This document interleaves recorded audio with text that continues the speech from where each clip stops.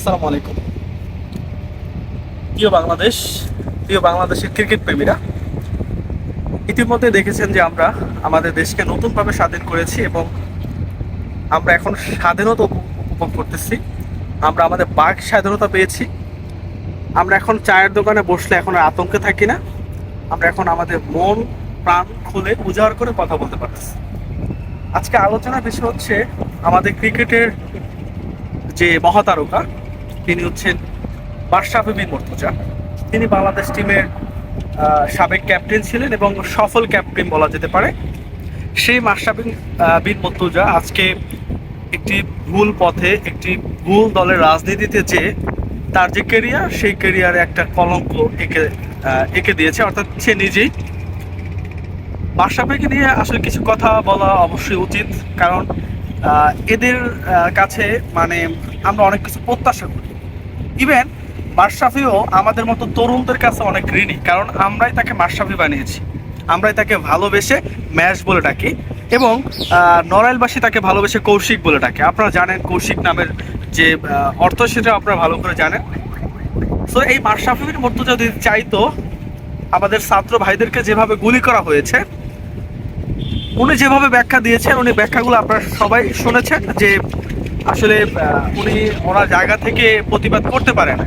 আসলে মানুষের যদি সদিশ্বাস, নিজের ইচ্ছা শক্তি থাকে, অন্যায় আমার বাবাও যদি অন্যায় করে ঘরের মধ্যে, আমি সেটা প্রতিবাদ করব।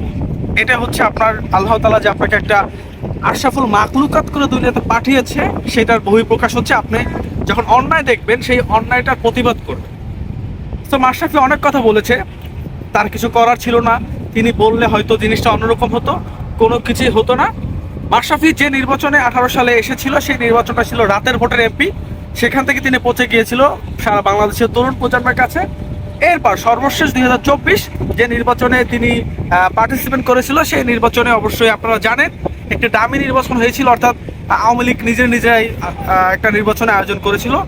সেই মাশরাফি বিন মুর্তজা সেই ডামি নির্বাচনে এমপি হয়ে আজকে আমাদের অগণিত ছাত্র জনতার গায়ে যেভাবে গুলি করে মারা হয়েছে, সেই পক্ষ নিয়ে একটা কথা বলেন।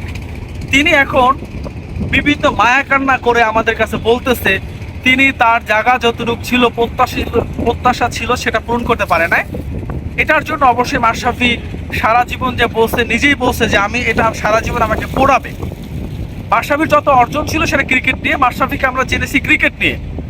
আজকে এই মাশরাফি 16 জুলাই আবু সাইদকে রংপুরে মারা হয়েছে, রোকেয়া বিশ্ববিদ্যালয়ের যে সামনে। সেই আবু সাইদ 16 জুলাই যেভাবে মারা হয়েছে, এরপর আমাদের ঢাকাতে অগণিত শিক্ষার্থী মারা গিয়েছে, ছাত্র জনতা মারা গিয়েছে এবং বিভিন্ন দলের বিভিন্ন শ্রেণী পেশার মানুষকে গুলি করে মারা হয়েছে। সেই মাশরাফি যদি একটা কথা বলতো যে স্বৈরাচার হাসিনাকে, যে আপনি যেভাবে আমাদের ছাত্র ভাইদেরকে মারতেছেন বা আমাদের তরুণ প্রজন্মকে যেভাবে আপনি খুন করতেছেন, এটার পক্ষে আমি না, আমি আপনার দল থেকে পদত্যাগ করলাম। ইভেন আপনার এমপিত্ব আমার লাগবে না, আমাকে যে মাশরাফি বানিয়েছে সেটা হচ্ছে এই তরুণ প্রজন্ম। আজকে যদি এই দুর্দিনে আমি এই তরুণ প্রজন্মের কাছে থাকতে না পারি, তাহলে এই বাংলাদেশে থাকার মতো অধিকার আমার নাই। মাশরাফি যদি সেই 16 তারিখের পর থেকে যদি ছাত্রদের পক্ষে একটা কথা বলতো, তাহলে আজকে অবশ্যই এই তরুণ প্রজন্ম মাশরাফিকে সাপোর্ট করতো।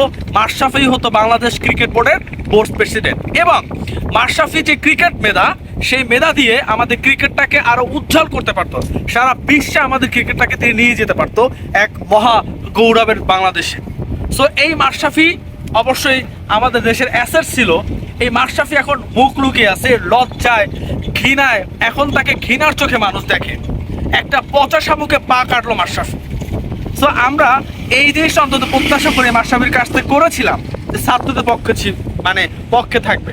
সো আজকে ছাত্রদের পক্ষে একটা কথা যদি বলতো, ইভেন একটা কথা বলে পদত্যাগ করতো, আরে এমপিত্ব দিয়ে কি হবে? যেখানে দেশের মানুষ ভালো নাই, যে দেশের ছাত্র জনতা ভালো নাই, যে যাদের জন্য আপনি এমপি হয়েছেন তারা ভালো নাই, আপনি সে এমপি দিয়ে কি করবেন? আপনি যদি একটা কথা ছাত্রদের পক্ষে বলতেন, আজকে আমরা আপনাকে বলতাম, আমরা নিজেরা রেফার করতাম যুব ক্রীড়া মন্ত্রীকে আসিফ মাহমুদকে যে মাশরাফি বাংলাদেশের বোর্ড প্রেসিডেন্ট হবে। সো আজ এ পর্যন্তই, ভালো থাকবেন সবাই। আসসালামু আলাইকুম রাহমাতুল্লাহ।